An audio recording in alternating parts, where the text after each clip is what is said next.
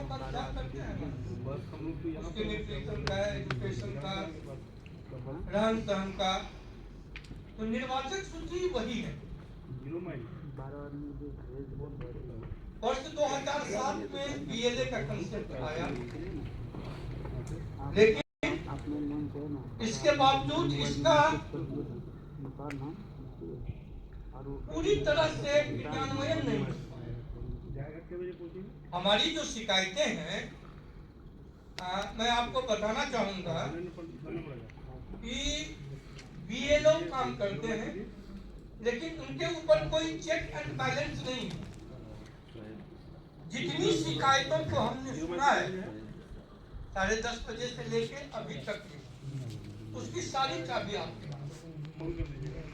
अब आप बताइए कि मतदान केंद्र स्तरीय ऑफिसर बीएलओ एक हैं, और उनको नियंत्रित करने के लिए, सहयोग करने के लिए, सकारात्मक सहयोग करने के लिए प्रत्येक मतदान केंद्र पर 12 बीएलए।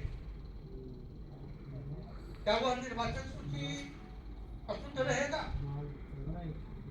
हम नहीं समझते हैं। निश्चित रूप से वह अपडेट हो जाएगा और एक स्पष्ट निर्वाचक सूची का निर्माण होगा। आगे विधानसभा चुनाव है। निश्चित रूप से आप लोग राजनीतिक रूप से सक्रिय हैं, जानकार भी हैं। कुछ लोग तो बहुत अच्छे जानकार हैं, जिन्हें मैं व्यक्तिगत रूप से जानता हूं।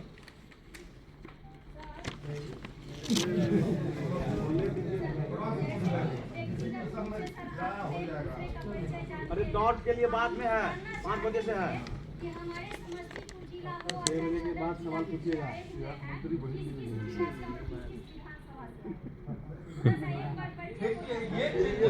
आप बात जान के क्या कीजिएगा? बीएलओ के साथ साथ समन्वय स्थापित करने के लिए बीएलए का कंसेप्ट वर्ष 2007 में आया, और तब से लेकर आज तक हम लोग लगातार प्रयास कर रहे हैं।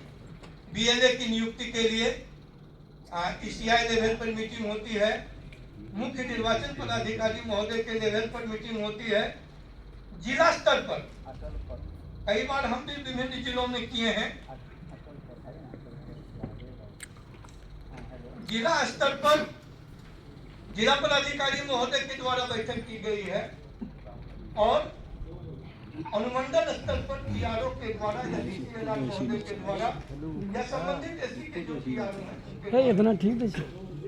हाल के 2 वर्षों में डाटा बढ़ा है, और राजनीतिक दलों के द्वारा बीएलए की नियुक्ति की भी गई है। निश्चित रूप से इसमें सुधार हो रहा है। बीएलए और बीएलओ उनके प्रशिक्षण में भी मैंने बताया था कि दोनों आदमी का अन्योन्याश्रय संबंध।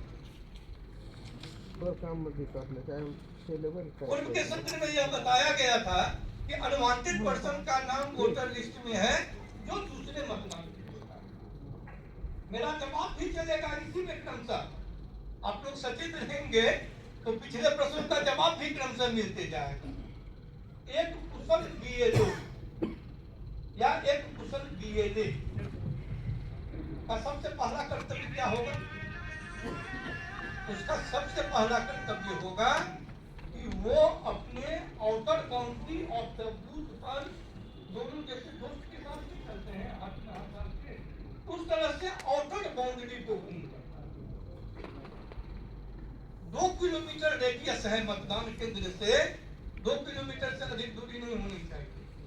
हमारे एक बंधु प्रश्न की है कि मतदान केंद्र 2 किलोमीटर से दूर है, तो भैया मैं आपको बताना चाहता हूं कि बूथ का जो अनुमोदन होता है, ईसीआई को प्रपोजल जाता है, वो आप ही के अनुमोदन से जाता है। और मैं पुनः कहूंगा कि अगर ऐसा है तो लोग विधानसभा चुनाव से पहले फिर एक बार राजनीतिक दलों की बैठक होगी, उसमें सुधार। निर्वाचन की कोई भी गलती ऐसी नहीं है जिसमें सुधार का स्कोप नहीं हो। हम लोग निरंतर उसको फिल्ट्रेट करते चले तो एक वक्त आ जाएगा कि हमारी गलतियां सैचुरेट कर जाएंगी। उसके लिए बहुत प्रयास करना है, थोड़ी मात्रा में कर रहा हूं। बीएलए और बीएलओ पहला दिन अपने मतदान क्षेत्र के आउटर बाउंड्री को घूम